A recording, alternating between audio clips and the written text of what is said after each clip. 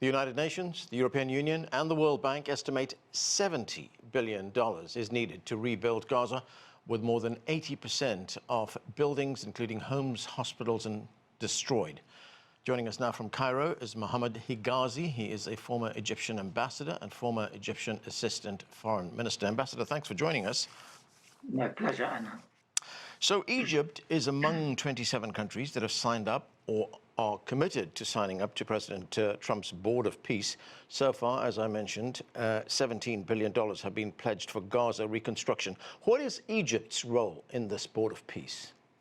Well, I think the Egyptian role is indispensable in all forms, being in the diplomatic efforts that has led us to reach the ceasefire agreement. In the reconstruction, Egypt is the border country to Gaza, and also in peace and security, Egypt is training Palestinian police, as well as we are hosting for almost 2 months now the Palestinian Technocratic Authority that will enter the moment that we will all decide together. The Board of Peace has completed the 3 governance bodies, being the Board of Peace and the Palestinian Technocratic Authority. The third should be arranged. Last week, we've been all working towards the creation of the support and stability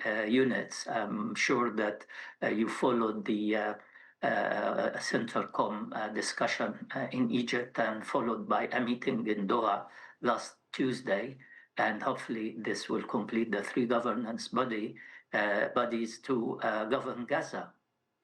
The United States Secretary of State, Marco Rubio, he's talked about what he sees as the role of this board. Let's listen to some of what he had to say. We have to get this right. There is no plan B for Gaza. Plan B is going back to war. No one here wants that.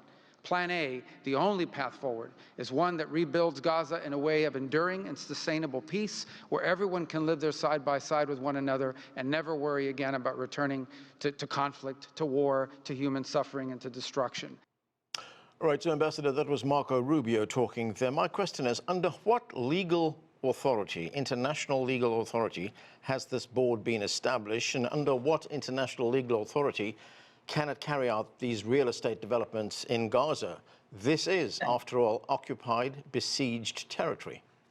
Definitely. The UN Security Council Resolution 2803 availed to this body a legal base to work on. The most important thing we did is to bring President Trump 20 points to the Security Council. So we gave the UN legitimacy and the heritage of literature related to the Palestinian rights to this end. At the same time, I agree with you that reconstruction is not a real state affair. It is political, socio-economic for people under occupation, that at the end of the tunnel they should see light. And I'm sure that we will all work to avert any result to manage the conflict, not to solve the conflict. Okay, Ambassador, just to clarify something here, are you saying that the United Nations Security Council has approved this Board of Peace and what it intends doing in Gaza? Indeed, the whole roadmap given by President Trump was taken to the body of this resolution. This resolution endorsed the 21 points of President Trump roadmap, and it has given clarity to the establishment of the 3 governance body, the support, the stabilizing force, the Palestinian Technocratic Authority, and the Board of Peace. Right. So there is no mention of a 2-state solution in Marco Rubio's comments. However, this is what the United Nations Secretary General Antonio Guterres had to say about that. Let's listen to him. We are living in a world where mass suffering is excused away, where humans are used as bargaining chips, where international law is treated as a mere inconvenience. conflicts are multiplying and the impunity has become a contagion. That is not due to a lack of knowledge, tools or institutions. It's the result of political choices. The crisis of respect for human rights does not stand alone. It mirrors and magnifies every other global fracture. Humanitarian needs are exploding while funding collapses. And Ambassador Guterres also pointed to the violation of human rights, the violation of international law, and said, and I'm quoting him here directly, he said, the two-state solution is being stripped away in broad daylight, unquote. What is Egypt's position on two states? Definitely, this is the fundamental base of all our diplomatic effort. The two-state solution will offer to the region stability and prosperity, and it will bring a right that has been denied for almost 100 years to the Palestinians.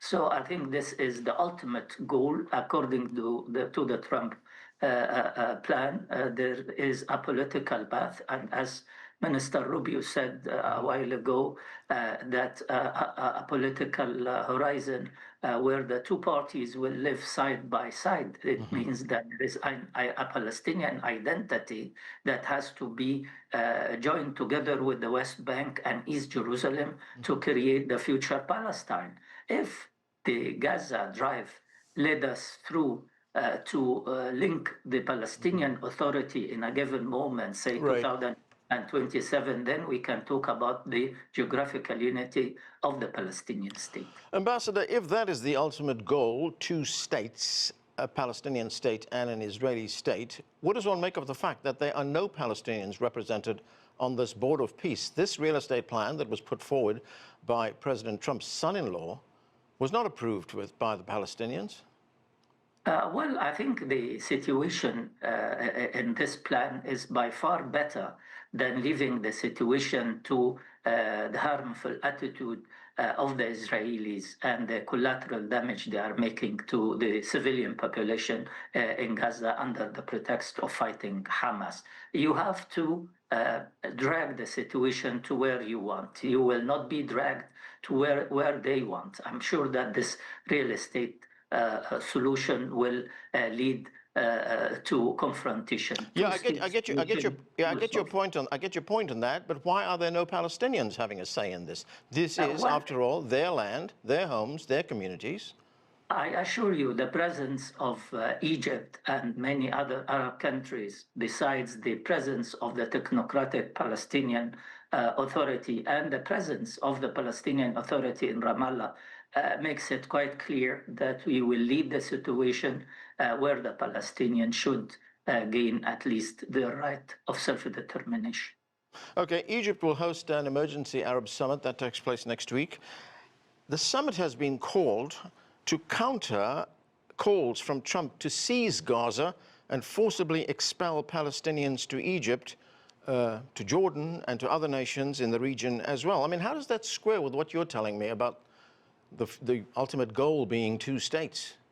I assure you that deportation is an Egyptian red line, and we declare that to everybody, and we will defend this important principle as a basic for peace. Palestinian has suffered for many years, and we are not willing to inflict more damage and injustice on them. We can fight this war, and we can make sure that the Palestinian has the right place in the Middle East, where the territorial integrity of the West Bank, East Jerusalem, and Gaza is united according to the ICG Ambassador, ruling in July 2024. Right, Ambassador, one final point. I mean, doesn't Egypt's membership in this board of peace lend legitimacy to what is an illegal occupation? No, we are trying to get rid of the occupation, but we have to be practical and move towards creating light in this dark tunnel and bring the situation to where the Palestinian needs and for their rightful right for a statehood.